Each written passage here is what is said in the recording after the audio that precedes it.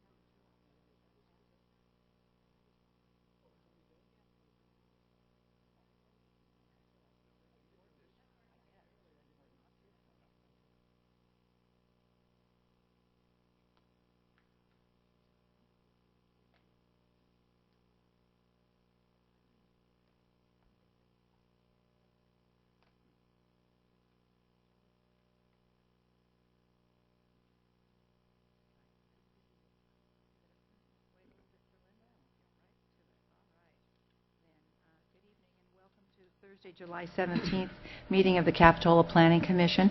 Roll call, please. Commissioner Welch, Here. Commissioner Graves, Here. Commissioner Smith, Here. Commissioner Ruth, Here. and Chairperson Ortiz. Here. Tonight's meeting is cablecast live on Charter Communications Cable TV Channel 8 and is being recorded to be replayed the following Monday and Friday at 1 p.m. on Charter Channel 71 and Comcast Charter Channel 25. Meetings can also be viewed at the city's website, www.cityofcapitola.org. Our technician tonight is Victor Herman. As a reminder, would you please turn off your cell phones? And if you would like to, please sign in when you come up to speak. Thank you. And please stand and join me in the Pledge of Allegiance.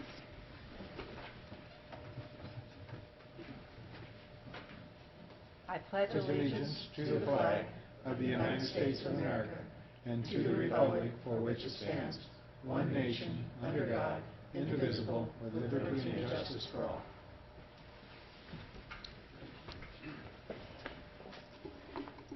All right, then. First item on our agenda tonight are oral communications. Are there any additions, deletions, or changes to the No, Madam Chair. menu?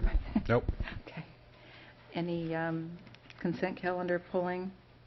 Commissioner Graves? Yes, I would like to pull the second item, I believe it is. Let's see, let's make sure. Yes. Item 4B, please. Okay. That'll be pulled. And is there a decision about when we... I think we should hear that just after the consent calendar and prior to the first two issues on the public hearing, if that's all right with everyone. I think it'll be pretty brief.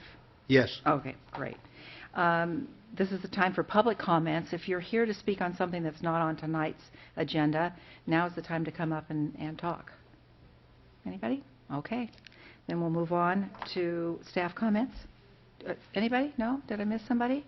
If it's not on the agenda tonight, if it's not something that's written down, this is the time to come and speak. Okay. Good. Staff? No comments. All right.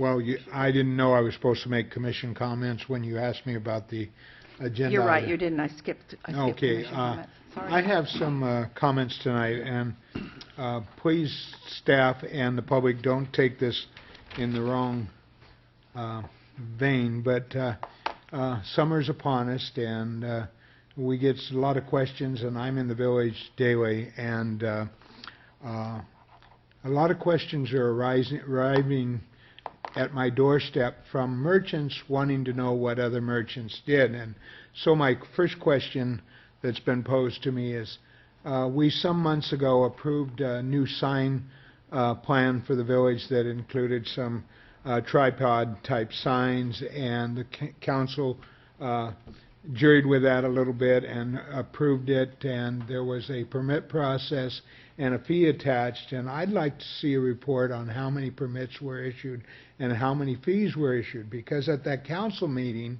they did limit the number of permits and signs, but I'm hearing from everybody that has one of these, nobody got a permit and nobody paid any fees. So I'd like to see that, number one, first of all, just to evaluate it.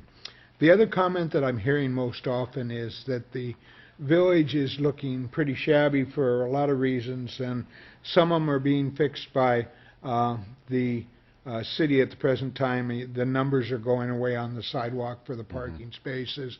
but again, the signs raise their ugly head, along with a number of merchants doing outside sales every day of the week. And we used to have outside sales in the village a couple of times a year, but it just looks like a tourist trap, and that's the word people are using. So, when we do our rezoning and the rest of it, we really ought to look at doing something with the sign ordinance, because I may not be right, and I certainly do agree with some of the people that have talked to me about it. But the outdoor sales are taking up much of the sidewalk space now, where plants used to be. There used to be planter boxes in front. Now it's shoes, it's jewelry, you name it. There is also, and I remember this very distinctly from the council's meeting on the tripod signs, there were to be no off-site signs directing you to some other part of the city. And at the corner of San Jose Avenue and Capitola Avenue, there's a bulb out when you're going north on San Jose Avenue that's got a big rock in it. It looks like a tripping hazard under the ADA, to be perfectly honest with you, and should have some plants in it. But every day now, there's a tripod sign in there directing you to a surf shop that's about a half a block up the street. And so I know that's a no-no. And because we'll be talking about it later, but it came to me personally, this is not something from the public, but Sure. when you asked us to look at the Verizon sign for an additional sign up there, I noticed two signs on the overhead for the business next door. One was a massage sign, and then was a super yoga sign. And I wondered, because they're both banner signs, they obviously had to get permits from somebody in the city, and they seem to exceed the sign limitations, especially the massage sign is bigger than any of the letters on the building for all the other merchants that have the proper sign. But did anybody in the city really give them a temporary permit for those signs, or is it a matter of enforcement? So I'd like some answers, not tonight, but in the future, so we can just know where we're going, because I think signage is getting out of hand. Sure. I can respond to some of it tonight, if you don't mind. You're right, the City Council did consider the village sign ordinance. It was initially passed, I want to say, about a year and a half ago, and there was a one-year review. When they reviewed it, they voted to continue to allow merchants in the village to apply for sign permits. To date, we've received one permit that was withdrawn. Nobody has received a permit for a sandwich board sign in the village. So if you see them, they're unpermitted. At that same meeting, we also addressed outside merchandise displays, and the council directed us to handle those on a complaint basis. So if we get a complaint, we follow up. If we don't, they remain there. In regards to the banner signs in the plaza, I can't tell you offhand. If we issued permits, it's very possible that those are illegal banner signs as well. Okay. But Thank I you. think you're right. We do need to look at it when we get in the zoning code, the sign ordinance, and I think we'll spend a lot of time You on know what that. concerns me, and I thank you for your answer. Sure. My concern with the signs and on a complaint with regards to the merchandise being sold outside is that people in the community, the citizens of Capitola, are kind of reluctant to be the bad guy. Right. And it seems like we have enough employees in the city that drive these streets every day, like I do. And I'm not above being the bad guy, so I'll be glad to give you a list of where I see a lot of outdoor sales and where I see signs that I think are inappropriate. And I'll be the bad guy, because I don't think we should be pitting the citizens against the merchants that they hopefully support. So I'll be happy to do that. I just want Understood. to carry through with this. Sure. I think your last comment was well put. I think making citizens or planning commissioners or whoever be the enforcer when the enforcement should be done by staff is kind of the wrong way to go. Anybody else got any comments? Okay, then sorry I forgot those, Ron. We'll move on to approval of the minutes of the June 5th meeting, which I will recuse myself from. I wasn't there. I'll move the minutes unless there's any necessary corrections. I'll second. All those in favor? Aye. Opposed? Okay, motion carries. And on to the consent calendar. And these are items that are enacted in one vote unless someone has pulled an item. And we have got one item that's been pulled. So we're going to address item A, 528 Capitola Avenue right now. And then we're going to vote on that, and we will then address item B, 200 Wharf Road, and the parcel adjacent to 809 Bay Avenue. And we'll vote on that separately. So anybody have any comments about A, or would you like to move the consent calendar? I'll move the consent calendar. Second? All those in favor? Aye. Aye. Opposed? Motion carries unanimously.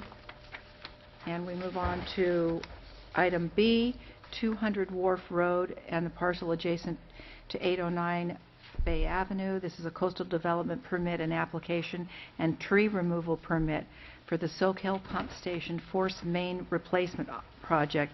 The project runs on either side and under Soquel Creek from the property adjacent to Peary Park through Rispin property to Clare Street. It's the one that's in the Nob Hill parking lot. I'm sure many people are aware of that one. So staff report, please. Thank you. Before you is a coastal development permit for upgrades to the Soquel Creek Pump Station, tree removal permit, and the installation of a new sewer force main. As seen in the slide, the Soquel Creek Pump Station is located in the back of the Nob Hill Shopping Center, adjacent to the Soquel Creek. The project includes mechanical updates to the pump station to enhance operational flexibility and reliability of the system, while also addressing current odor issues. The new sewer force main will replace the existing 1977 pipe. The new sewer main will extend from the Soquel Pump Station to the existing gravity flow sewer pipeline within Clare Street. The new line is approximately 1,200 linear feet, 300 of which is under the Soquel Creek. The applicant has completed a mitigated negative declaration for the project. Staff is recommending that the Planning Commission approve the application based on the conditions and the coastal findings. And the applicant is here tonight to answer any questions. Thank you. Are there questions for staff? No? No questions? Then we will ask, sir, this is going to be a public hearing, and you'll have a chance to speak on it. Are you here as a representative for the... I'm Harold LaFont from the clinic up the street, and you went through that so fast. Was the permit approved? It was. Yes. Thank you. You can go. You can have the rest of the night off. Okay. So is the applicant here for the sewer line replacement? Hi, welcome. Inasmuch as I pulled this, I'd like to make some comments, and maybe we can Oh, sorry. make it shorter. Would you like her to sit down and... No, right. You want to make your comment? We're all friends. I think he wants to talk to you. We're all friends. I read the entire replacement document, and I was a little bit concerned that we did a mitigated EIR when it sounds like the county has not really decided what they're going to put or how big the pipe is going to be, because in this document there is both a 24 and a 20-inch pipe put in a casing 40 feet down under the creek and all of that. And so maybe you could kind of clear that up, because it's hard to create an environmental document not knowing exactly what the project's going to be. So it was almost, with me, a cart before the horse. But let me carry this a few steps further. It appears on the diagram that was just on the board and in the diagram that's in here that this new force main or new main will be on the what I would call the south side of the present sewer station there. And this line, according to everything is drawn, would go through Peary Park, it says, and I'm hoping that you can tell me that it's really going to go through Peary Park and not the large rock that sits directly south of the station at creek level. That hole used to be a very popular steelhead hole. It has a very derogatory term now, so I won't say it. It had a name a word that we don't use anymore, but it's now called the pump house hole. And to ruin that rock and it actually serves as a scouring for steelhead to lay, and it has an undercut. And hopefully we're doing this pipe farther to the south in the Perry Park area. So I really need to know where the pipe's going across, because it's not quite clear in the plans. The size of the pipe that's going to go in there. One final item. It appears that we're going to be doing horizontal boring. And the horizontal boring usually requires some type of slurry or something else to accompany that type of boring. And if that were to fracture and come up into the stream bed, I'm not sure that there's enough spelled out in the environmental mitigation to handle that, and we could have a possibility of silting up the stream some 3,000 feet all the way down to the lagoon here in Capitola. That would be detrimental to not only the things that you point out here in your report, the tidewater goby and steelhead and choho. There's a lot of other animals that are aquatic there, a lot of turtles, a lot of other things that would be affected. So I'm hoping just to get some answers. I love the idea that we're doing this project, but it appears we have a 27-inch pipe there now, and I assume it's going to continue to work along with this 20 or 24, or what are we really doing? Thank you. That's kind of complicated, actually. Part of the design engineer's here, so she can explain the 24 and 27-inch pipe. We designed this so that we would minimize any chance of fracking out under the creek, and I'm not sure what the depth is, but that was one of the requirements. We had a geotechnical engineer, we had do all the investigation and give us recommendations. The HDD, or horizontal directional drilling, will be under the big rock, but I'm not sure how far south it goes from the pump station, so I think Nancy could address that too, but it's not going to come up until we get to Clara Street. I understood that part of it. I'm more interested from the east side where the pump station is as to where the location of the excavation will be for to put in the machine that does the horizontal. That would be in the parking lot. And would it be, I guess the easiest way to say, would it be where the path leads to Perry Park now, or would it be closer to the station? My fear is if it's close to the station, that drilling is going to go, or that hole is going to go right next to the large sandstone rock that deflects the river in a westerly direction right behind your pump station, and that would be really detrimental to the aquatic life there. It's going to start, I don't, how many feet?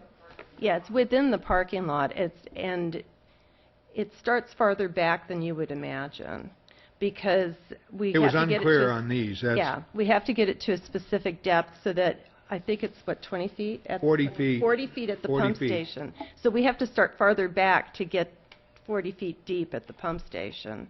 So I'm pretty sure that rock will be fine. But I'll have Nancy come up and describe the pipe. The reason that there were two different size of pipes listed is because PVC pipe and HDPE pipe, those two have different sizes associated to get the proper inside diameter. And she can go into more detail on that. Yeah, neither one of them are 4 inches walls. So, okay, Yeah. go ahead. Nancy, Thank you for wanna explain that explanation. I want to hear more. Thank you. Okay, well, Nancy can help you. So regarding the 20-inch and the 24-inch, as Rochelle mentioned, the way that this contract is going to be bid is we're looking to get the best price, and both materials are suitable for horizontal directional drilling. And as Rochelle mentioned, you know, we're really interested in what the inside diameter of the pipe is, and we need a certain pressure rating in order to pull the pipe through. Right. And so based on that, you know, HDPE requires a 24-inch pipe, and fusible PVC requires a 20-inch pipe. And so that's why there are two different pipe sizes mentioned in the document. And that's purely just based on your inside diameter and your pressure rating. Okay. Okay? So basically, you're telling me the mitigated EIR accounted for both pipes, and you choose later when you get a favorable bid on Correct. one or the other. Okay. Correct. I'm with you therefore. Now can you tell me, or is there, or could you carefully describe how many feet, the tap hole that you need for drilling, they call that a tap hole, Okay. for the horizontal drilling, is going to be how many feet south of your present station, the south wall of your station? So, if you look at the map over here, can I go over and point? Sure. So, the tapping hole is really only like 8 feet by 8 feet Yeah. by like 5 feet. Excuse me, we do have a mic that you could use. It's right Sorry. here. Somebody's got it somewhere. There it is.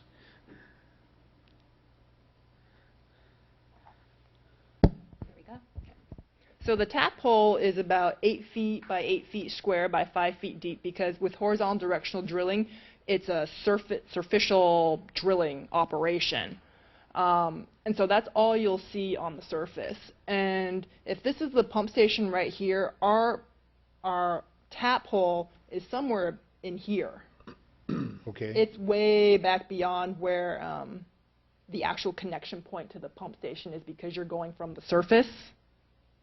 So I'm not exactly sure where that sandstone rock is, but as far as, you know, the part of the tap hole that you'll see, it's back here. And then your pipe goes down under beneath the creek.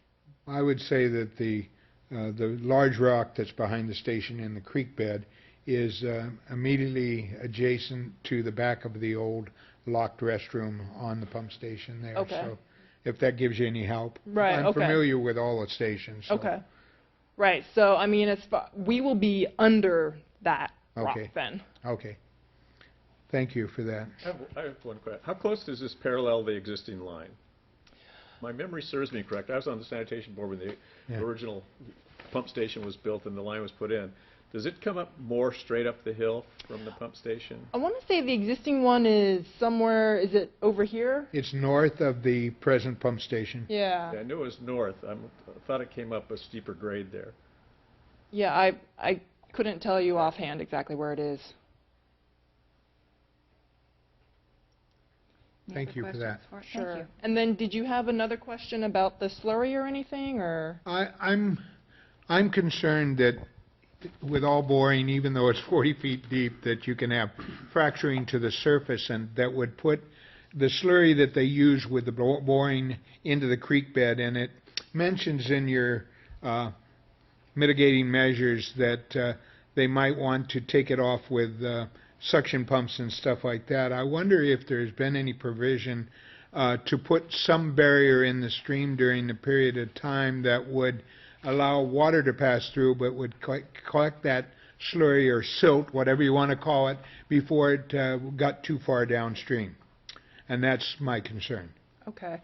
From what the geotechnical engineer has told us, we've positioned the pipe so that when it's beneath the creek, it'll be 40 feet down. I know and that. it's located in the Parisma Foundation, which is considered almost a bedrock.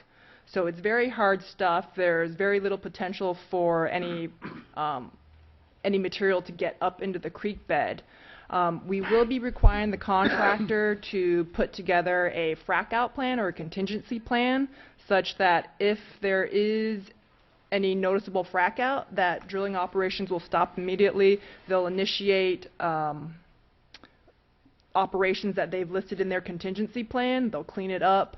They'll assess the situation, and assuming that the frack out has been taken care of, then they can reinitiate the drilling operation. So I'm in my reading of it, I agree with everything you said. It just that plan seems to be coming after the fact, and that bothered me a little bit, and that's the reason for my questions tonight. The 40-inch casing that in fact the 20 or 24-inch pipe will go through. Once that's done, I'm not worried about anything, Right. type of thing. So there would seem to be just that vulnerability, kind of like the BP in the Gulf, only during a certain period of time. So just hope we don't have any problems. That's the main thing. Okay. Wanted to put you on notice that I'm watching. Okay. Did you have any other questions? No, thank you. Sure. Any other questions? All right, thank you very much. Does that conclude your presentation? All right. So this is a public hearing. Anyone here who is here to speak about this application, please step forward. Hi, Kate. Hello, my name's Kate Arrieta, and unfortunately I was going through the television and saw this is the first I've heard of this. Was this not noticed around within 500 feet of that? It was noticed. You didn't get a little green card? I've been out of the country, maybe that's one. No, I didn't. My mother saved all the You mail. would have still gotten it. Yeah, no, I didn't get one, so that's why I came down. I don't know. It's the first I've heard of it. So I was just wondering, it looks like they're going to be digging a big hole in the middle of the parking lot Right. at Nob Hill. Right. Is this where someone would talk about the hours of the operation and how it's going to impact the neighborhood and the noise and all of that? Yes, and I think that's appropriate to talk about. Is that mic not working? I got the text looking at us funny. He came out, Not but it looks like talking. it's Maybe working I'm not okay. talking in. He went back in, so he's okay. Maybe the staff could talk about that a little bit, about the hours of operation, the noise levels, and that kind of thing. Sure, or if the applicant would like to discuss your mitigation measures for... So construction will be working within the City of Capitola's work hour ordinance, which is our contractor will be working between 7:30 and 5 p.m. There will be a certain period within, I think it's about a 5-day period, where the contractor will be requesting a waiver or, I guess it's a waiver or an exception to that work hour ordinance when they are pulling the pipe through the parking lot, because that will require a 24-hour operation where they're fusing and pulling the pipe at the same time. As far as noise is concerned, we understand that there is a sleep center that's in the Nob Hill parking lot. Our contractor will be coordinating with them to ensure that we understand that they have some studies that occur during the day and some that occur at night. And so we'll be coordinating with them such that when we have critical operations that are going on, that they don't have any studies going on. If during that 5-day period when we have to do night work and the sleep center has studies going on, our contractor will be required to put up noise mitigation measures, which might be sound barriers either around our sending pit, or they can also put sound barriers up on the walls of the actual sleep center building, and that will help dampen the noise. On the other side, where Clares and Wharf Street is, you have the Capitola Library, you have your apartment buildings, you have some houses. During the daytime, because that is where we're doing open cut construction and it's a very linear type of construction, they'll only be in one position for about a 2-week period, and the contractor will be working during the acceptable working hours, and so that is considered a not very significant environmental impact. As far as during the night when they have to push the pipe through for that 5-day window, again, the contractor can put up a fence and noise barrier curtain around the receiving pit, and those barriers can be anywhere from 8 feet to 40 feet high, and the point is to build it high enough so that you push the sound away from, your 2-story apartment building. And I don't know if you have any other questions about... Well, let me bring up something, Sure. too, because I live somewhat in that area. Okay. And the creek is sort of a natural amphitheater. It carries sounds in the most extraordinary way. You can literally hear something that's 2 or 3 blocks away like it was next door. So it might not be surprising for you to find out that more people are affected by this because the sound is carrying. And we do have single-family homes directly in back of Nob Hill Center who are going to be affected by this too, because I imagine that's going to be where most of the noise is. Is there any mitigation for what those people can do at night when that's happening? So we will have a noise complaint line, so residents and citizens are welcome to call it, and the contractor will address those on a case-by-case basis. There is language in the mitigated neg deck saying that, if it warrants it, they can provide hotel vouchers. So for that period, they'll be put up at a hotel. So we've taken those into consideration. So can you define that wording a little bit more for us? So when you say if it warrants it, or there'll be a complaint line that will be monitored 24 hours a day during that period of time, what happens when somebody calls? Is the work stopped immediately, or does somebody come out? How long does that take? Those are kind of things that I think the citizens around that area need to know up front, so that we're all comfortable about that.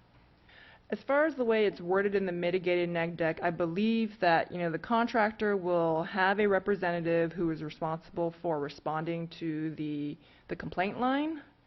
I don't believe that work will be stopped immediately. I think the call will be evaluated. There will be some discussion. I think it's partially something that the contractor needs to set up, and as a design engineer, we can put language in our contract document saying that this is how it needs to be done. If they do receive a complaint, then either work needs to be stopped, or the contractor has 24 or 48 hours to respond to the complaint. And I think that's probably how it would be addressed.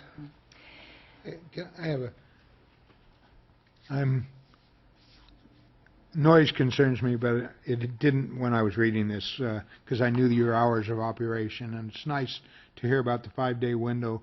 And I know that they put another line under the creek in the same, principally the same location, and we didn't have a lot of complaints. But I'm concerned when you say there's a call line. I don't know if any of you in the audience have ever tried to call Santa Cruz County Sanitation District, because you're not listed in the phone book under that. You're listed under the County of Santa Cruz. And you try and find it, it's almost near to impossible. So I wonder, as part of your bid package, there could be some very visible signs that say, noise, call this number, and you get that person that you just talked about. Because communication is the key to a successful project, and I think we really need that. Right.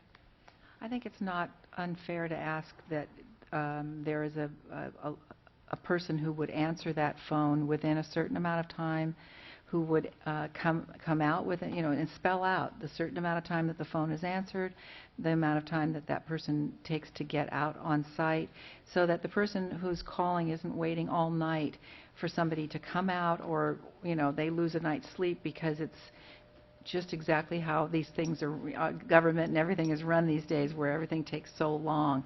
This needs to be a very minute-by-minute kind of thing, and I think we need to spell that out so that it's part of this approval that we give them, and also that there is a mitigation that we're sure we know what it is, so the person can either be housed in other facilities like a hotel somewhere, or they know when this is going to end and that's suitable for them, or whatever. But I'm hearing the language you guys are using tonight is a little bit too vague for me. Commissioner Ortiz, I could clarify portions of the mitigation that are Okay. proposed. Okay. It states within their noise mitigation that the district shall offer hotel vouchers to residents who are subject to noise levels from HDD installation that exceeds the performance standard of 50 dBA at the exterior of the residence during normal sleep hours, considered to be 10 p.m. to 7 a.m. So that's during that 1-week period when this is occurring. So for me, that feels comfortable. And I would add, as part of their request for an exception to the noise ordinance, which is allowed for public works projects, we can add conditions. One that immediately comes to mind is sending out some type of notice to the neighbors that identifies the phone number and who to call, and we can work through some of the details with the county to try to, soften some of those disruptions that people might experience during construction. Right, and also language in this that makes sure that there's somebody actually at that number. There's not a Right. message machine. It's always answered 100% of the time during those hours, and that somebody comes out within a reasonable period of time. And I think we need to spell out what that reasonable period of time is. I have one question also. You mentioned the receiving pit, which would be on the south side of Wharf Road, somewhere in that area. I'm just curious, since that's going to be a 5-day, 24-hour-a-day operation, where that receiving pit's located and what the impact will be on Wharf Road traffic.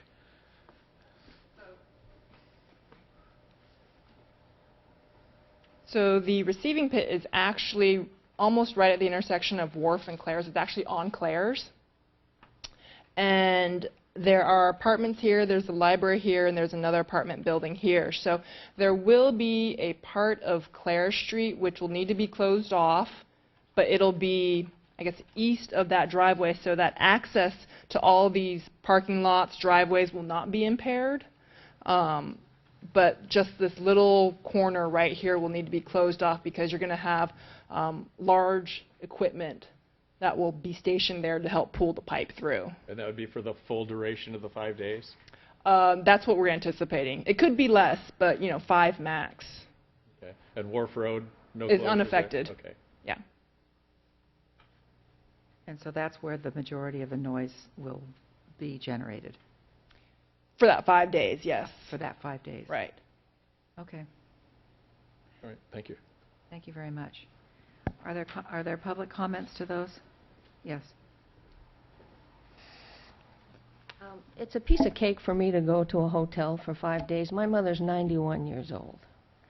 It's not easy for her to go stay in a hotel. She doesn't have anything that she's used to.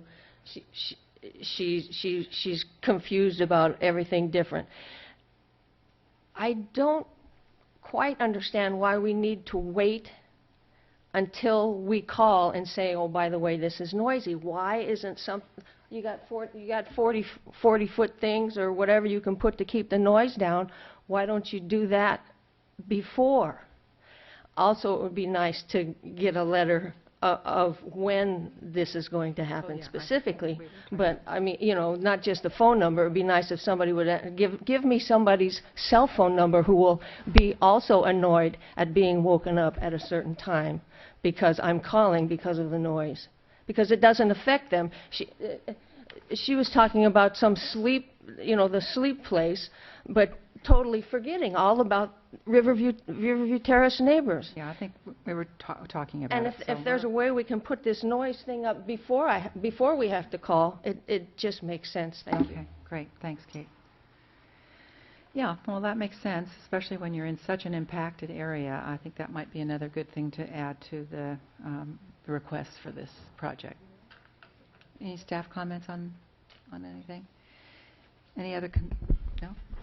I agree. I think it seemed reasonable, and I think we can work out something to, again, try to alleviate those impacts to the extent possible.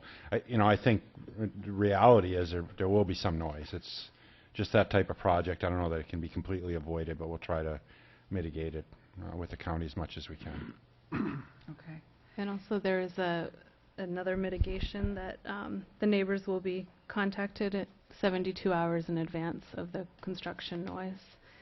So that'll be the and- time when they're contacted about the noise, and they'll also Yeah. be contacted. And they'll be provided with the anticipated schedule, hours of operation, and designated project contact person. Okay. Can we request then that contact person be available? There's no message machine. They are literally available. Yep. Where they pick up that phone and add that they would put up the shields right at the beginning of the project. And what was the other thing we were talking about? I think that's all, the phone number and that. I think, we'll hope that does it, and I think it will. Question, would it be appropriate, because I didn't see in the conditions where you're actually going to see a noise mitigation plan, so see if the 40-foot things are going to be put in place. Would it be appropriate to have that provided to the city in advance so staff can review it? Yeah, the noise mitigation plan is part of their CEQA document, so we do have access to that, and then as we issue the exception for the noise ordinance, we'll look at that again and place appropriate conditions on it. All right, thank you. I'm going to close the public hearing. It sounds like everyone has had their chance to speak. If that's not true, please let me know. I'll close the public hearing, and commissioners, any comments or a motion? I'd move the approval of the project with the staff understanding the comments that have come forth tonight, and assure us and the community that we will do this in the best manner possible. Is there a second? I'll second. All those in favor? Aye. Aye. Opposed? Motion carries unanimously. Thank you very much.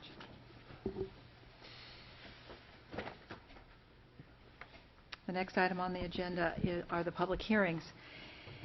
The first public hearing is 1440 41st Avenue. It's an amendment to a master sign program at the Four Star Center to allow an additional Verizon sign on the building located at 1440 41st Avenue in the Community Commercial Zoning District. Staff report, please. Good evening, Commissioners. Before you is an application, like you said, for an amendment to the Four Star Center's master sign program. This map shows the location of the Four Star Center, highlighted in red. The star symbol inside the center represents the location of the Verizon unit in the center itself. As you can see, the center is located just north of the Jade Street and 41st Avenue intersection. And the center is zoned CC, Community Commercial, which is similar zoning to all of the other properties adjacent to 41st Avenue. Verizon was previously located in the one unit shown here, but has recently expanded their store into the adjacent Little Caesars restaurant, which is west of the previously located Verizon store. So here's Verizon's expansion. This is a shot of what the building and the building signage currently looks like. Verizon removed their previous signage above their door and has replaced it with a 10 square foot wall sign on the diagonal side of the building right there. A master sign program establishes the allowed materials, letter style, height, color, and illumination of signs for multi-tenant buildings. As I said, there is an existing MSP for the Four Star Center. That current MSP requires that each tenant be identified through a single sign. The applicant, Verizon, is attempting to amend the Four Star Center MSP to allow for a tenant to erect an additional wall sign if the tenant expands their business into one of the corner units adjacent to 41st Avenue. And this amendment requires Planning Commission approval.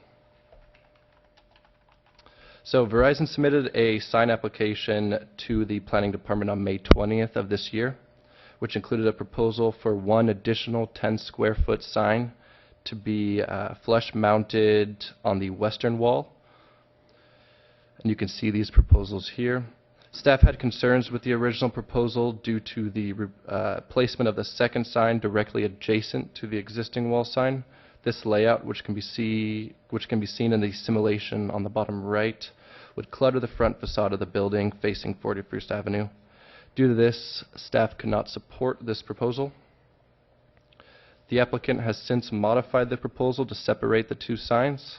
The updated plans propose that one sign be located on the south side of the building facing the parking lot, and the other remain on the diagonal side facing 41st Avenue. The new sign will contain the Verizon name and logo matching the existing sign. The lettering will be front-lit LED channel letters that are 8.4 inches in height.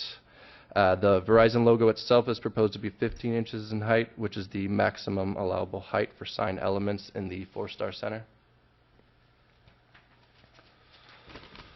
So to clarify the allowed placement of the signs within the master sign program, staff suggests adding the following underline wording to the amended portion of the MSP to say, tenants on end cap spaces facing 41st Avenue who expand their premises into contiguous adjacent units may be permitted at landlord's sole discretion to have an additional sign on the 41st Avenue side.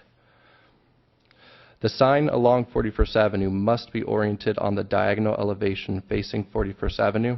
The second sign must be located in the original location above the door to the second suite. Such signs shall meet the requirements and specifications set forth herein.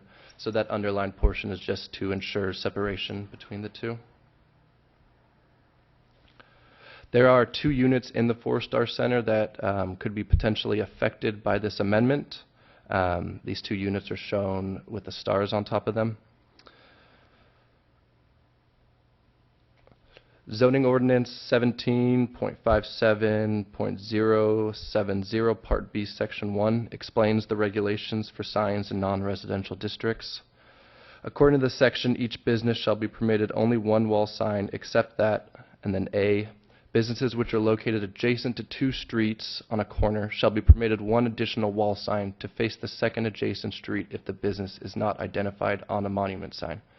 The monument sign for the Four Star Center doesn't identify any of their tenants. It just says Four Star Center. So Verizon applies for that aspect of it. And although the project is not located at an intersection of two streets, it's located on a corner.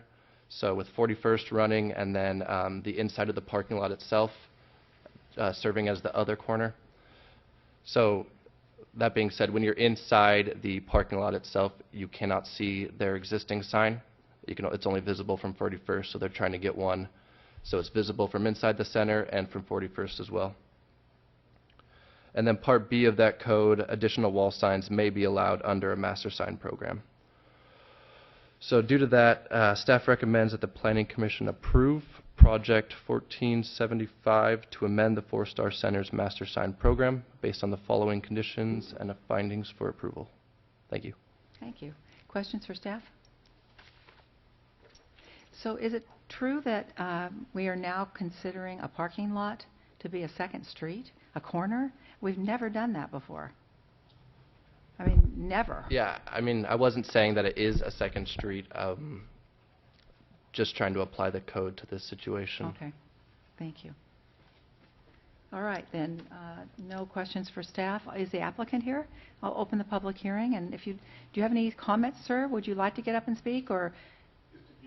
All right, so we'll open it to anybody else and ourselves, and then I'll ask you to come up if you can clarify anything for us. Thank you. I'll keep the public hearing part open. Let's just come back to the council, and are there any comments? The Planning Commission, are there any comments about this? Well, I'm probably the one that has the most problem with this because I warned everybody when they expanded into the second unit, the next thing they'd be asking was for another sign. And when they had the unit that was within the parking area and the store front could be seen, they had a appropriate Verizon sign that identified the store. That sign is now gone if you go out there, and I think this is one of the few that I would really say works. I think staff did a marvelous job of getting rid of the wall sign and putting it on the parapet roof or on the roof sign, and I think this is appropriate. You're absolutely right. When you're in the center itself, you cannot identify what that old unit really is. You had to know that it was there. So I'm not having as much problem as I had before when I almost called it an incomplete application at that time because there was no sign attached to it. That's my comments. I'm in favor of approving it tonight. Okay, thank you. Any other comments? I'm not in favor of approving this tonight, and that is I'm a little confused about why we're allowing somebody to have two signs that are visible from one direction and no signs visible from the other. I could understand if this was a sign that helped them with cars traveling south, and cars traveling south could actually see it, but they're not going to be able to see it when they're traveling south. So what we have here is a request for an applicant to put up two signs for people traveling north. And we're not really allowing anybody else in this community to have that. That being one, the second objection I've got is that I worry that this is setting a precedent for other master sign programs on 41st Avenue. Why wouldn't we let all of the applicants that come in that fit under this end cap, I'm not sure how many, I haven't done any research, but I'm sure there's others, why wouldn't we allow them to have the same thing? Those two reasons, I think this is not a real solid request. I can understand why they ask for it. If it were me, I'd ask for it too. But I really don't think we should grant it to them. I'm worried about other people coming in. I'm worried about the proliferation of signs on 41st Avenue that are repetitive signs, that don't do anybody any good. Why do they need two signs with everybody traveling one way? I don't buy that people who are already in the parking lot don't know where Verizon is. I don't buy that. I really want to reiterate that I don't think we should ever consider a parking lot being the second street on a corner lot. Unless we change our ordinance, that is not the intention of the ordinance. That's it. Those are my comments. I will close the public hearing. I'm figuring that there's no comments out there, and commissioners, if anybody would like to entertain a motion. I move approval of this, but I'd like to ask staff a question. In the master sign permit for both Begonia Plaza and Star Center up there, does it, in that permit, or that plan, if you want to call it that, does it spell out that you go to the city's sign ordinance for size of letters and everything else? Because the way that the amendment to the master sign permit was presented tonight was an excellent presentation, by the way, but it almost led you to believe when you saw the words "in the sole owner of the property." I want to make sure that the sole owner of the property can't allow something that doesn't fit in with the height and letter size guidelines, the illumination and everything of our sign ordinance. Are we protected in that way? Commissioner Graves, that same phrase kind of caught my attention. You're right. If they want to change any signs, a new tenant comes in or whatever, they have to conform with the master sign program, which is consistent with the zoning ordinance. Okay. Which is consistent with the zoning ordinance. Okay. Thank you. So my motion does stand. I'll second your motion, Ron. Okay. All those in favor? Aye. Sorry. Do you want a roll call? Well, I don't know whether there's... You can say it afterwards. I will say it afterwards. And opposed, I oppose. So the motion carries with 4 ayes and Commissioner Chair Ortiz, no. And Smith, no. Oh, Smith, no, sorry. That's all right. I was quiet. Okay. All right, great. So motion carries. Thank you very much for your attendance. All right, then. Let's see, where are we? Are we... Back to the Shell gas station. Back to the Shell gas station. At 1649 41st Avenue, this is item B on the public hearing. This is a sign permit for a new monument sign with LED lettering at the Shell gas station located on the corner of 41st Avenue and Capitola Road in the community commercial district. Staff report, please. Okay. Thank you, Madam Chair and Commissioners. The current application is for a sign permit application at the Shell gas station located at 1649 41st Avenue in the Community Commercial Zoning District. Shell is proposing to replace the existing monument sign that is located on the corner of 41st Avenue and Capitola Road. The applicant is proposing digital LED lights for the lettering within the new sign. Pursuant to the code, staff may administratively approve changes to existing signs when it impacts the sign facing or lettering, and when the new sign is substantially the same size and design as the existing sign. Shell is also proposing changes to the canopies for the lettering for Shell. They're going to change to their logo. It will fit within the existing Shell lettering area, and it fits within this exception. The modification to the monument sign does not fit within this exception or allowance. The image on the slide is the existing Shell monument sign. As you can see, the description for the fuel, the regular, plus, V-Power, and diesel, are permanent with individual internal illumination, off-white lettering within a gray opaque background. The pricing is updated manually with changeable copy numbers. The changeable copy signs are switched out by employees to reflect the current pricing of gasoline and diesel. The image on the right is the proposed Shell monument sign. In this sign, the description for the fuel remains fixed with individual internal illumination and red lettering with a white background. The pricing is updated automatically through digital LED lights. The sign code specifies that internal illumination for monument signs is limited to the use of individually lighted letters with opaque or wood background materials. The applicant is requesting that the Planning Commission consider the application of digital LED lettering to meet the intent of the required individual lighted letters, although not on an opaque or wood background material as required. And as you can see, that's a bit outdated in our code with the opaque and wood background, because as you drive up 41st, that is not the current situation.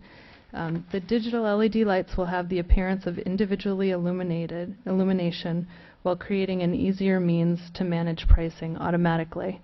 Allowing the LED lights will create a digital aesthetic along 41st Avenue. As outlined in the staff report, staff does have concerns for the proposal. The first being that digital LED lighting is not allowed within our code currently. Also, in the coming year, we'll be rewriting the zoning code, including the sign code, and staff is recommending that digital LED lights be considered holistically during the sign code update in the coming year. Allowing an exception for one sign could set a precedence premature of the new sign code. Other concerns is that the use of digital LED signs in the future may be appropriate along 41st Avenue, but not within all other areas of Capitola, such as the neighborhood commercial zone or also within the central village.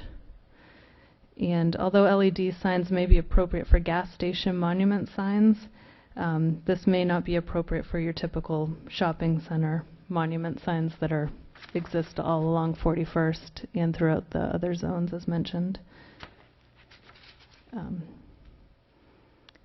If the Planning Commission were to consider the approval of the digital LED sign, staff would suggest adopting findings to prevent digital LED lettering in all monument signs for the future by making findings that LED lettering is appropriate only for pricing within gas station monument signs within the community commercial zoning district, and also specifying that digital LED signs are not appropriate within the central village or neighborhood commercial zones. Staff would also suggest a condition that that the LED lettering not be movable or animated. Staff drafted findings and conditions of approval if the Planning Commission were to support the request by the applicant. But again, the staff recommendation on this is denial of the application and to consider this during our sign code revisions due to the proposed sign being in violation with the current code. Thank you. Thank you. Questions for staff? When will we be adopting a new sign ordinance?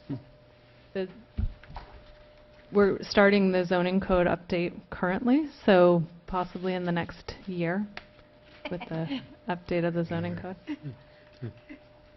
But don't hold your breath. But don't hold your breath, yeah. Yeah, as you mentioned, it appears our ordinance is a little behind the Right. technological advances that have taken place. Any other questions for staff before I open the public hearing? I do. I understood, and yeah, there's page numbers, that the proposed view on page 70, and this has nothing to do with the LED lighting on the monument sign, this has to do with the canopy sign. You mentioned in the staff report the proposal was for the, I want to call it the logo, the shell Yes. would be the same size as the lettering, but yet in this view, the proposed view, it is larger than the lettering. It is smaller than the lettering. It is? When you put a box around the shell, it's actually, when we calculated the square footage that the shell lettering fit within and the pectin, the shell logo, the logo is actually smaller than the actual lettering for shell on the canopy. Well, I see this lettering, this shell logo, I see it going from the top of the canopy to the bottom of the canopy. And when I was out there, the lettering that exists today does not go from the top to the bottom. The letters, the Okay. actual spelling out shell. You're correct, yes. So what are you telling me? You said, just told I me meant another thing. the square footage. If you were to put a box around the shell lettering and calculate the square footage, it is larger than the square That wasn't my footage. question. I'm sorry. That's why it was Sorry. confusing. Yep. Okay, I've asked enough questions. I'm right in my vision. Okay, Yes. okay. Other questions? Okay, I'll open the public hearing. Is there a representative from Shell here? Do you have anything to say, or would you? Okay, come on forward.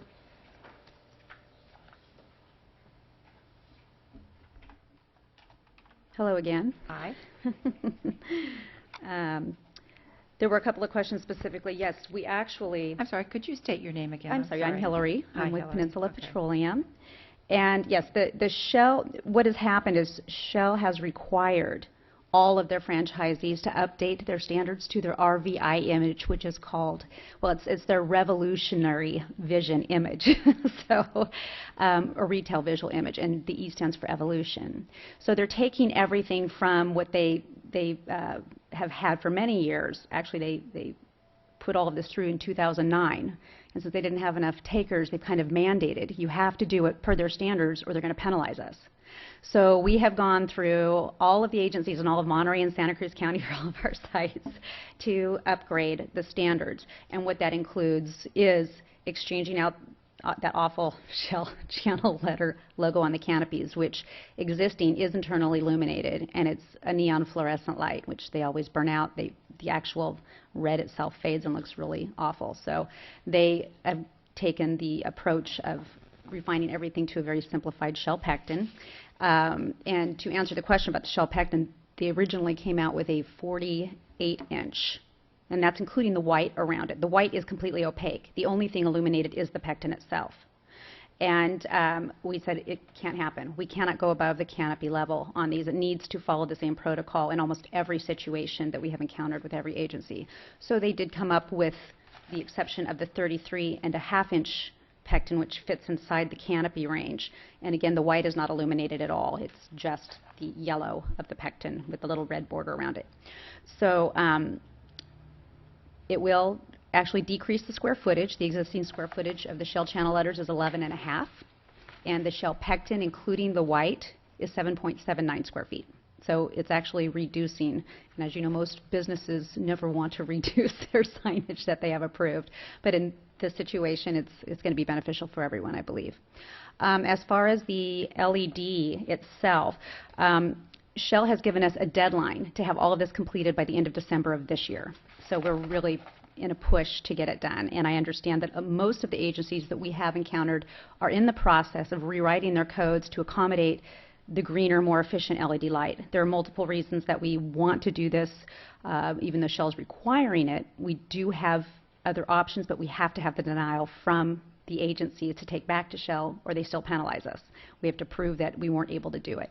If it is approved to do the LED, there are a couple of factors that are very important. In addition to just reducing the carbon footprint in general, we are not changing the actual sign size, dimension, foundation, any of that. It's a retrofit. They're actually cans that just replace the existing cans, so we don't have to go that route on anything. It's literally, they fabricate everything to fit. We have a sign company that's contracted with us. They come in. We're going to have one of the sign companies out of Santa Cruz working on these projects for us. And so it's a like for like, with the exception of, in this situation, the actual LED digits. One of the biggest perks for us as an employer from a risk retention, risk prevention perspective, the employees don't have to go out on the parking lot in the rain, in the evening, whatever it may be, to manually change these plastic letters. It's all wireless. They change it from inside the station, which is tremendous.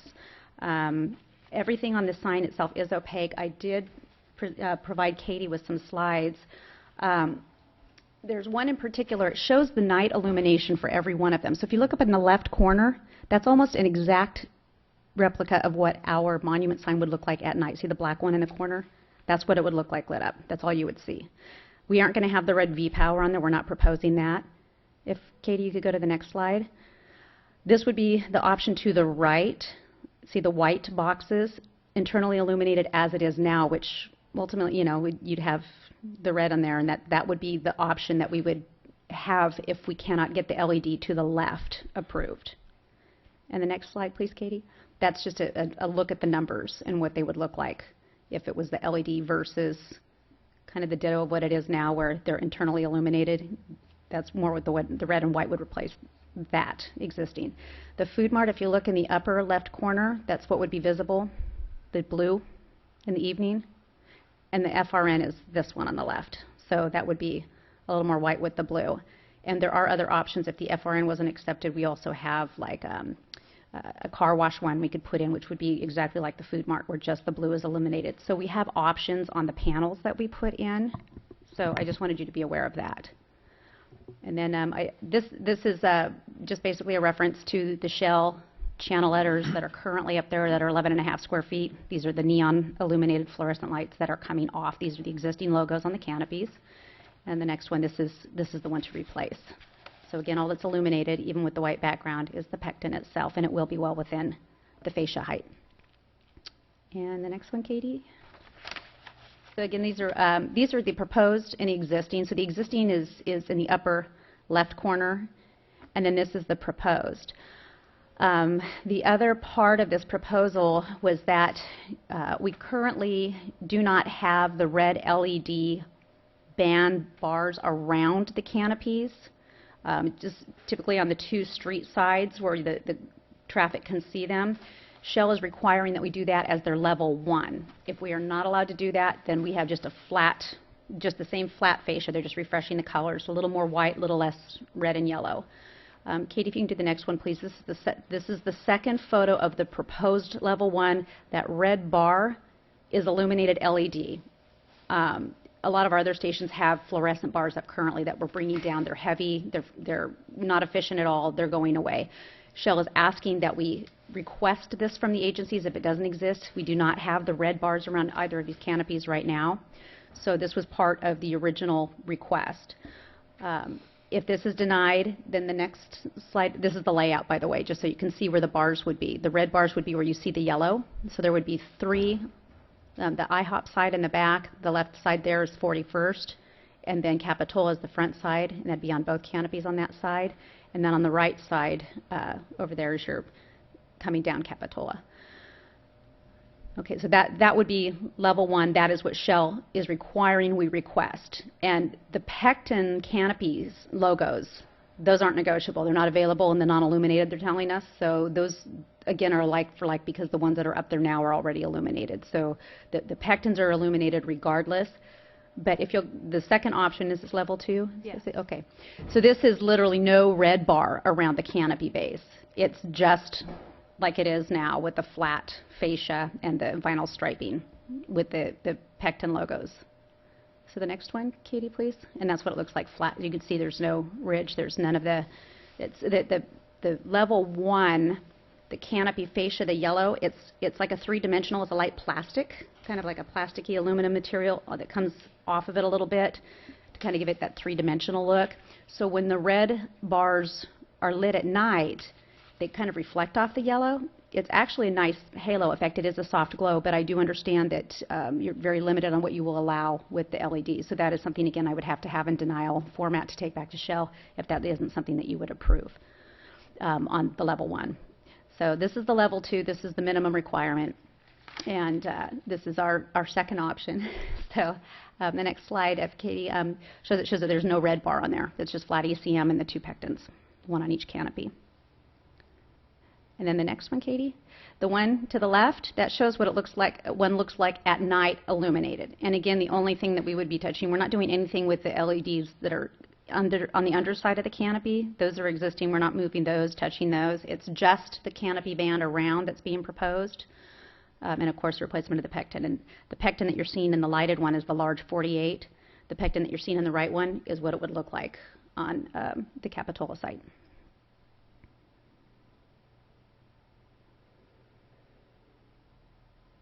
Any questions for the applicant? I have a question. I wasn't even aware that you were well, you've managed, which is not hard, to completely confuse me. I wasn't aware that we were addressing anything in this application except the monument sign and the change of the, well, I'm not even sure the change of the actual Shell lettering for the... Correct. The change of the Shell from the lettering to the logo, because it fits within the square footage. Right. Staff was not, that could have been an over-the-counter permit for approval. And what about the lighting? So the lighting within our sign code, it states that architectural illumination is not regulated within the sign code. If you had concerns for the lighting band around the canopy, the red illumination, that band, that is something we could discuss tonight. But within the sign code, it states that architectural illumination is not So you were going to... regulated. So I was under the impression that they that were was not allowed- part of... They were allowed to do it without you even approving? Correct, Okay. yeah. But Okay. Wasn't that part of when we redid Burger King? That was part of their application when they talked about their logo and their signage and what kind of illumination it had. And I would imagine that's not just illumination of a building, design but it's permit. part of a logo. And the theater. And the The theater, theater, yeah. yeah. So we can talk about that. I just kind of wanted to clarify that Yep. that lighting was not actually addressed in the staff report. I think Yeah. that's why we're kind of getting a little confused, because Oh. we didn't hear anything about that until tonight. Oh, okay. Yeah, Shell, like I said, Shell came and when I discussed with Katie prior, I said, okay, here's our option. This is what they are requesting we do. They're saying this is what you need to do. And they have become aware, especially in California, that there are a lot of, districts that say, no, we're not going to let you do, let's say you want to do 3 bands of light, you can do 1.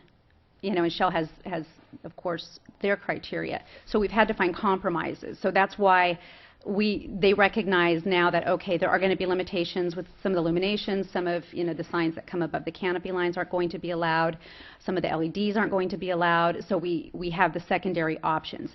This is what they are requesting. So anything in the first option, the level 1, that we cannot do, I need to have something in writing to take back to Shell. And then the second option is pretty much a like for like. The biggest thing is the LED price sign would be huge, and if we aren't able to do that, you saw the other options, which are basically the same. We're changing the colors. Instead of the yellow with the gray, or the yellow with the black. I think you're moving a little bit fast for us Yeah. because we have So- not seen anything on this, and so I think... Oh, if you go back, okay, do you want to go back to one of the proposed and I'm not sure we existing? even want to address this tonight. I guess we need to hear it. So what I gather is that the level 1, what you're calling level 1, Mhm. because personally I can't read a lot of, I don't have the right glasses, I can't read a lot of that up there. Level 1 is the full tilt boogie. It's Yep. everything Shell wants. All the lights, yes. Level 2 are exchanging the current lighting It's for a light. LED. level 2 would not have a band that lights up Correct. at all. It On would the be canopy, exactly right. as it is Okay. today. Yeah, so level 2, just- if you were to drive by the Capitola site today Yeah. and look at the level 2, it would look like that, but we'd have the pectin on the canopy instead of the Shell channel letters. That would be the only difference. All right, good. That help? And the monument sign, right? Yes. Does the monument sign fits under level 2, right? The one that was proposed tonight is their level 1 because it's LED. Right. Okay, all right. So if we want to, can you back up for me, Katie, to the monument sign where we had the letters, or the numbers, the digits? Okay. Right here. Okay, so, yep, go one more. This is the difference. What you see on the right, the white with the red, is the equivalent of what we have there now, only now it's yellow with black. Right. The one on the, so the level 2 with the flat ACM, if you don't approve the ACM, the canopy, with no lights on it. Okay, the level 2. Are you not now talking about The sign would go with the level 2. You were asking about the levels. So the level 2 with the basic ACM with no lights around it on the canopy, and the white, the plastic lettering that's Uh-huh. internally illuminated, Uh-huh. like the one existing, that's level 2. Okay. But So, I guess the question is, I think you're confusing me now. Could we have a combination Yes. of, so you don't have to pick 1 or 2? Okay, thank you. I just want to No. make sure. No, they want one across the board, and if you're saying, no, we won't allow this, this, or this, there are the level 2 options, which they will, I just have to have the denials of what they won't allow on the level 1, so that we're not penalized for not doing what they're So this requiring. is what level 2 is going to look like if we don't allow level 1 monument. The white and the red, yeah, just changing the colors on the existing. And, oh, I got it, okay. Well, as I understand what Katie said, we could approve or deny the level 1 or a monument sign, but we have no control over what takes place on the canopy. so the level 2 design could all be approved administratively. The level 1 design requires approval by the Planning Commission. Well, let me ask, The LED, Well, let me finish it a little bit, Ron, please. okay. and, Yeah, and 'cause I, you just lost and I me want, because I well, thought no. I thought I heard you say that there's nothing in the ordinance that allows us to control lighting. Yes, and Canopy. so within the sign ordinance, it talks about internally, architectural illumination is not regulated through the sign ordinance.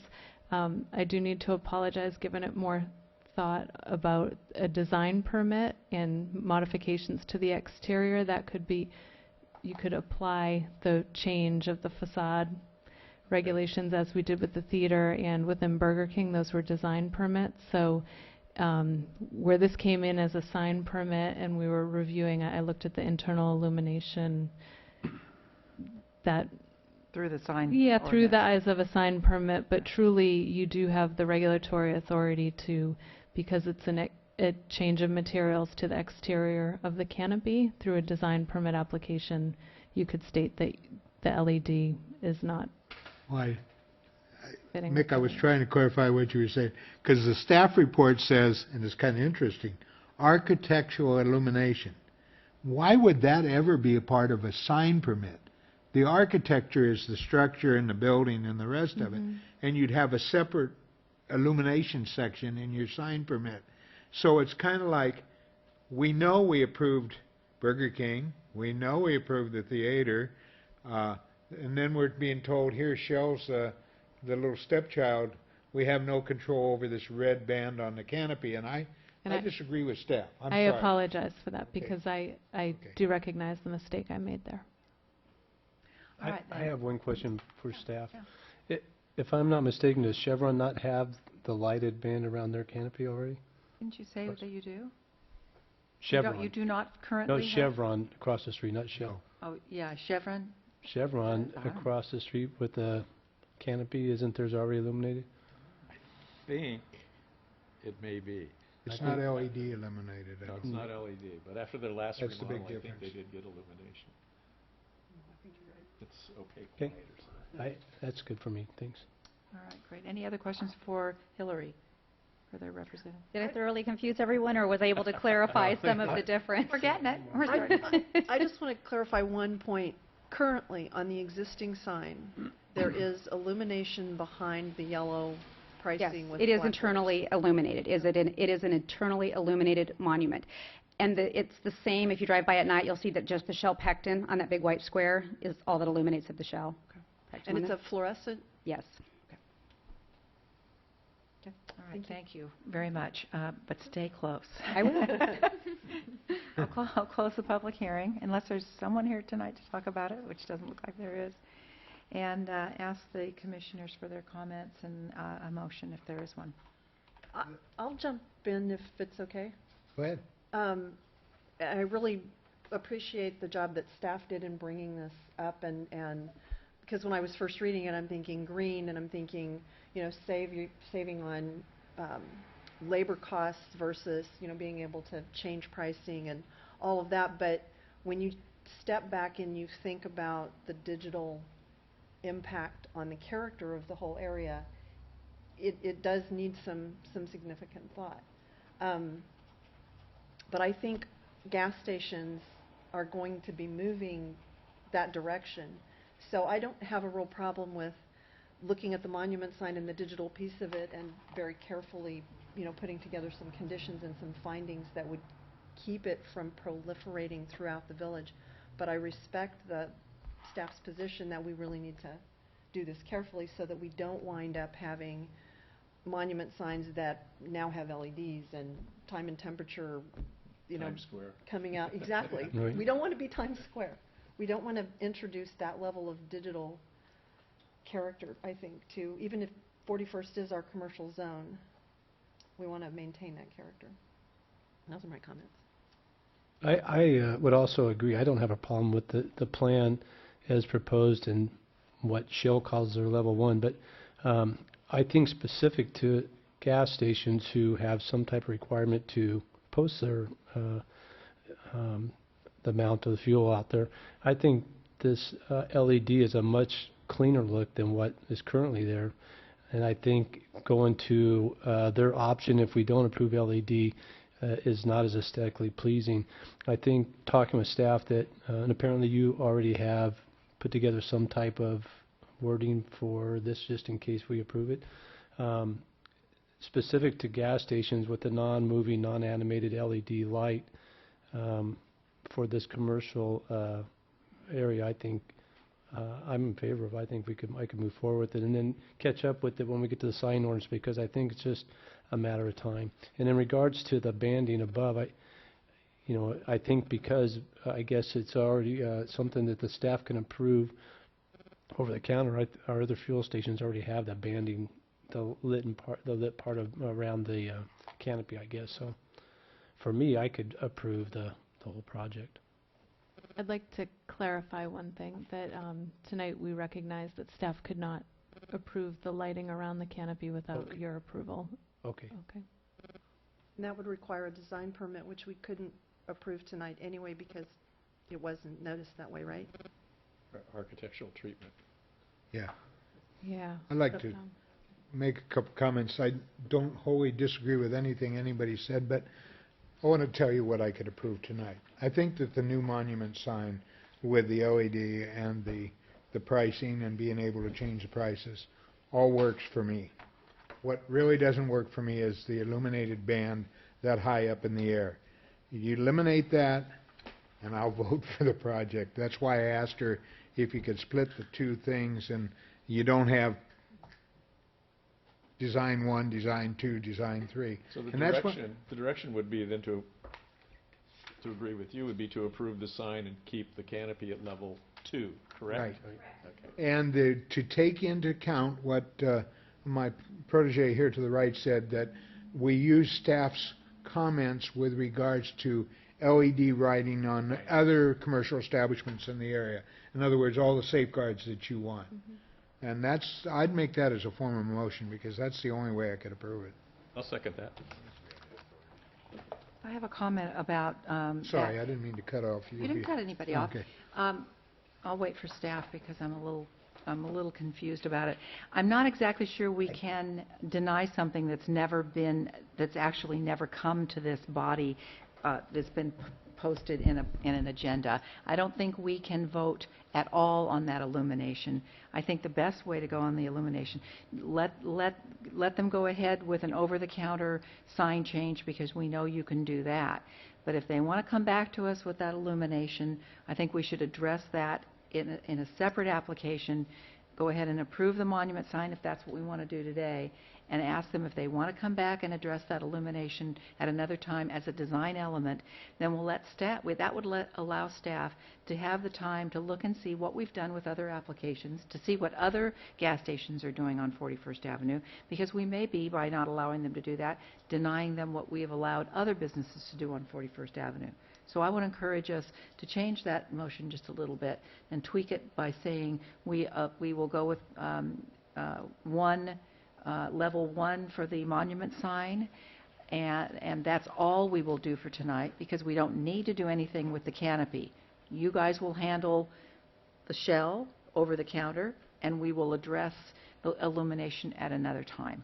The reason that I'm not interested in changing my motion, and I'll speak directly to yours, I believe that the band of red on the canopy is an architectural feature, not a sign feature. And for that reason, it doesn't really need to be on the agenda tonight. It's being brought to us part of their sign package. I think that was a mistake, to be honest with you. The reason I don't want to change my motion, though, is if we don't get rid of the band and the staff approves it over the counter, I would have never voted for the monument sign. Right, but the staff's already said they're not going to approve it over the counter. It's not an over-the-counter thing. Well, They've you already- talked to about being over the counter. That's what I heard you No, say. the shell part of it being over the counter. They're saying that changing shell gas or whatever it is, shell, the lettering. The clamshell to the lettering to the clamshell. They I can understand. change that over the counter. Right. We should not address anything having to do with the building at all. We should only be addressing the monument. It's the only thing that was agendized. If we have staff's word that they're not going to allow them to do the lighting on the canopy, I think if you want to come back and do the lighting on the canopy at another time, we'll address that then. Like I If I said, can the- solve the issue real quickly, I'll withdraw my second because I think you make a very good point. I'll withdraw the motion then because it isn't going to go anywhere. All right, so I'll do a motion here. I move that we approve the level 1 monument sign with the wording that the staff used to restrict this type of LED lighting with the language that the staff used. And maybe we could go back to that and just double check. Other stations, okay. 41st, restricting it to 41st, to the commercial, community commercial, and restricting it to gas stations. No animation. And I would also like to, well, I think this does it in our sign ordinance anyway, but restrict the height so that we don't get real high, large, size and height too. I'm a little worried that we're not covering that as well. It's the same size and height as the existing. Right, weights and measures dictates how large every single digit has to be. It cannot be 1 millimeter less than 6 inches in height for every price digit. So it sounds like, and then as far as the height of the actual sign itself, do we need to address that? Is somebody remains likely the to come same. back to us to ask for a higher sign? What's the maximum height of a sign on 41st Avenue? I think 8 feet is 8 the feet. maximum height of a sign, and it So we could depends get one on at the 8 feet. width of a building, so how large a building is. So maybe we should say this is restricted to ground monument signs, ground level monument signs. But then somebody builds a mound and puts it on top of it. Well, at least we're going somewhere with it. Why don't we just, you're trying to get my vote and everybody else's vote. Why don't we just approve the monument sign? Because you're concerned about the legality of not posting the red band, the architectural feature, on tonight's agenda, and say, we've heard from staff that they're going to allow the clamshell versus taking off the shell letters on the canopy, so we don't need a motion towards that. And if the applicant really wants to come back with a red band on the canopy, it'll require a reapplication. I have a motion on the floor to that effect, and I'm waiting for a second. Second. All those in favor? Aye. Aye. Aye. Opposed? May I make one comment? Wait. We haven't finished with our... I said aye. You did. I Oh, did. okay. I was just looking You're at her trying to because get a I no? I'll vote no. No, I think the applicant has something that she really needs a wants denial. to say. I really and- need, yeah, the whole part, we're okay with you denying the red band. I just have to have something stating it was denied at the hearing. We cannot deny something that was not... Because I do agendized. have to. There is a section of the code when it talks about design permits that the community development director does have the authority to make a determination that a change is substantially compliant with the existing condition. I don't know if we would have made that decision, but certainly we could have and issued it over the counter. It doesn't strike me as a real significant change. It might have been something that we would have brought to your attention. Is there... So in that regard, I guess what I'm saying is if the majority of the commission felt that it was an insignificant change, we could issue that over the counter and be done with the business tonight. However, if you do want to hear it, it you're sounds to absolutely me- right, we'd have to It sounds to me renotice. as though there's probably a majority that feels it is a significant change, but would like to hear it. Are you under a time constraint? I am. And here's the thing, the way that this works, we are actually releasing packages as we're getting permit approvals. I literally have 38 sites in several counties. So you would rather be denied than hold it up and go to another Exactly, meeting? because we have to have all of these installed before the end of December to not be penalized. Okay. Well, So- we can't deny you, but staff could deny you, and we can recommend to staff to deny you that. I could make a motion that we direct staff to deny the illuminated red band on the canopy if it comes before them. I don't think Perfect. we need to have There we that. go. Uh-huh. You don't need a motion? loud and clear, I don't need Okay. There you go. Okay. So it's simply a formality for us. I mean, the biggest thing for us, the LED is obviously going to make everybody's life easier on our end and really clean up the appearance overall, like you said, very Well, fresh. it's too bad we can't hear it on another meeting, because I have a feeling that we might go with it, so, sorry, there's no time to do that. That's okay. That's okay. All right, So, thank you. I just wanted to make sure that you understood the time constraints I had with the ordering processes and all of that and the installation. So it's easier, it's better for me if you say, no, don't even worry about, we really don't want the red band. and I get it in writing, we're good with the level 2 on the Okay. campus. That's all I'm saying. Glad it works for you. That We're, works for we're me. Just out sorry of- you're the only the sign person, because then I'd ask you, when are you ever gonna start on the propane tank? You know what? Actually, it's starting next week. Oh, good. Yes. Thank Yeah. you. Hillary, just out of curiosity, if you failed to meet the deadline and we did agendize this for the August meeting, what would happen? For this, Yeah, what would Shell do? they just don't give us our funds. We don't get paid. They withhold money. They withhold funds.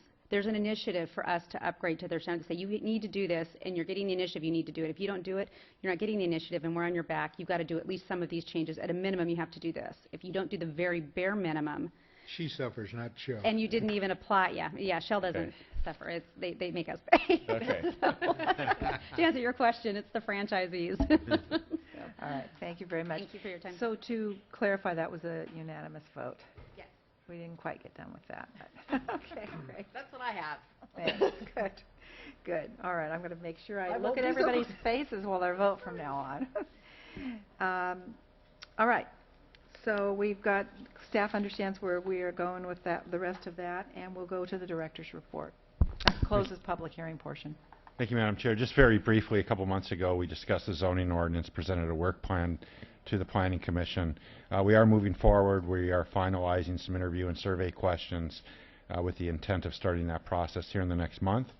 When we did present to the Commission, several commissioners expressed an interest to participate as panelists with the interview, so we will be contacting each of you probably within the next couple of weeks to make those final arrangements. And that's all I have tonight. Thank you. Okay, great, thank you. Are there any commissioner comments? Just one quick question for staff. The house up on the top of the hill at Capitola Road that's been under construction now for 16 years, I believe. It was given a time frame to complete the construction. Do we have any status update? I don't think that time frame is complete yet.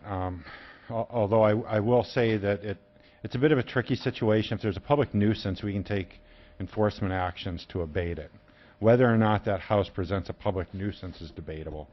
But certainly we're trying to put pressure on them and to get that thing wrapped up and some of the plants taken off the front yard and the roof done. Okay. I just have one comment, and that's a reminder to staff that I will not be at the August Planning Commission meeting. It is my intention to be back for the September meeting, but if anything changes, I will call and let you know.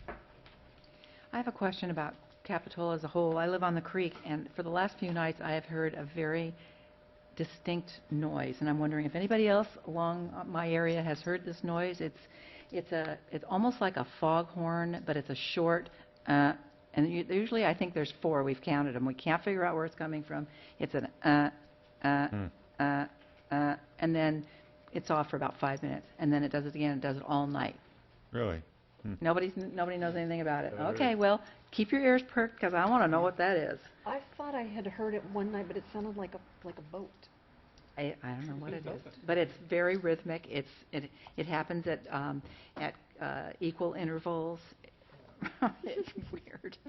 They're, too bad they're gone, but there used to be an alarm on the sewer main that goes under the creek that serves Shadowbrook, and there is a manhole right where Riverview Avenue turns to go up Oak there. You go down between the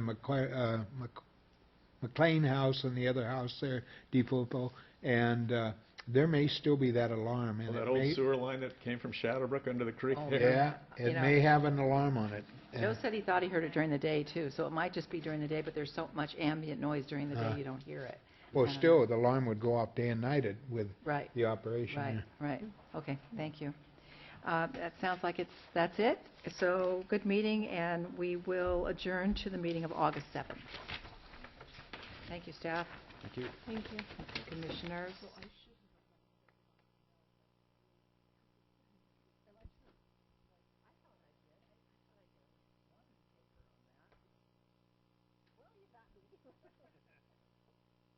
You mean we had another split vote? I didn't see it.